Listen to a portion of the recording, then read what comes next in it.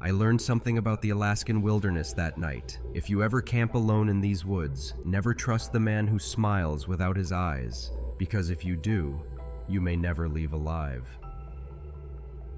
I was solo camping deep in Alaska's White Mountains, miles from civilization.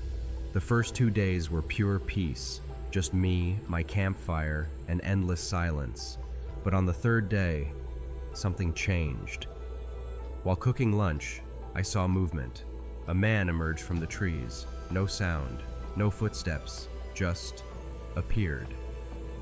He looked like a regular camper, boots, gear, backpack, but his eyes were empty, lifeless. He politely asked if I knew where the public cabin was. I pointed him to a narrow trail. He smiled, thanked me, and disappeared into the forest. Hours passed. The sun hung low, shadows stretching long, when suddenly, he came back. Same man, same dead stare. He claimed he couldn't find the cabin and begged me to help. Something inside me screamed not to, but I agreed. We walked in silence. Soon, the cabin appeared, rotting, abandoned, unsettling. I turned to warn him. He wasn't following. He stood 10 feet back, holding a knife. His smile vanished. His voice dropped cold. Go inside. Now. Fear exploded in my chest. I ran, branches slashing my face, lungs on fire. I hid for 30 minutes, praying he wasn't behind me. When I returned to camp, everything was wrong. My bag, phone, and keys, gone. The fire I'd left cold, now blazing high, and through the flames, there he was, calmly humming, tossing sticks into the fire, just waiting. I backed away slowly, then ran until I reached the road at sunrise. When rangers searched the area, nothing. No man, no knife. Even the cabin.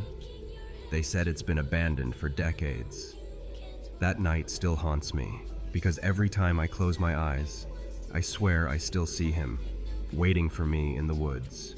People always say Alaska's wilderness is breathtaking, untouched, peaceful. They never tell you about the things that watch you from between the trees. I learned the hard way.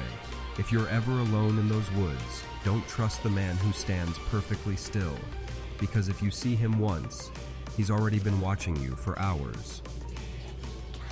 It started as my dream trip, a week-long solo hike through Alaska's Denali backcountry.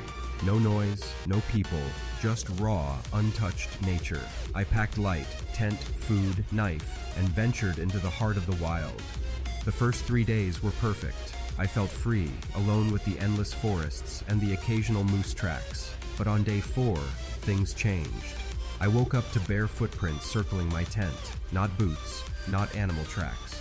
Human, barefoot. I convinced myself they were old, left by someone days ago. But around noon, while crossing a river, I saw something that made my stomach drop. A man. He stood motionless across the riverbank, watching me. He wasn't dressed for hiking. No gear, no boots, just dirty jeans and a torn flannel. His eyes were dead and glassy, like he wasn't truly alive. I called out. No response. He didn't move. When I glanced down for just a second, he was gone. That night, my campfire kept dying. No wind, no rain. It felt deliberate, like something unseen was snuffing it out. From the darkness, faint humming drifted through the trees, moving slowly, circling my camp. By dawn, I'd had enough. I packed up and moved fast, desperate to reach a ranger station 20 miles away.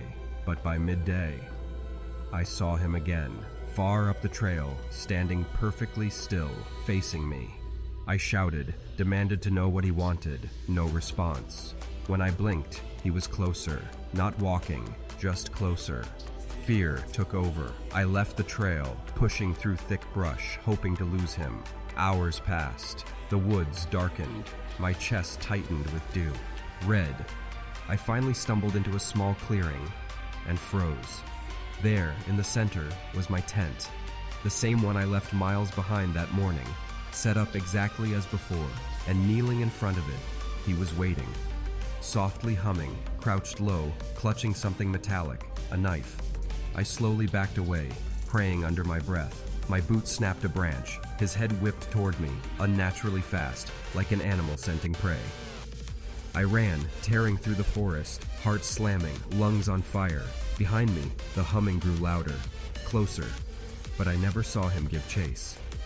By nightfall, I collapsed near a ranger station. They found me bloodied, shaking, barely coherent. Search teams scoured the woods. They found no man, no footprints, nothing. But one ranger pulled me aside, his voice low. "You're not the first to see him. Most don't make it back." Even years later, I can't camp alone.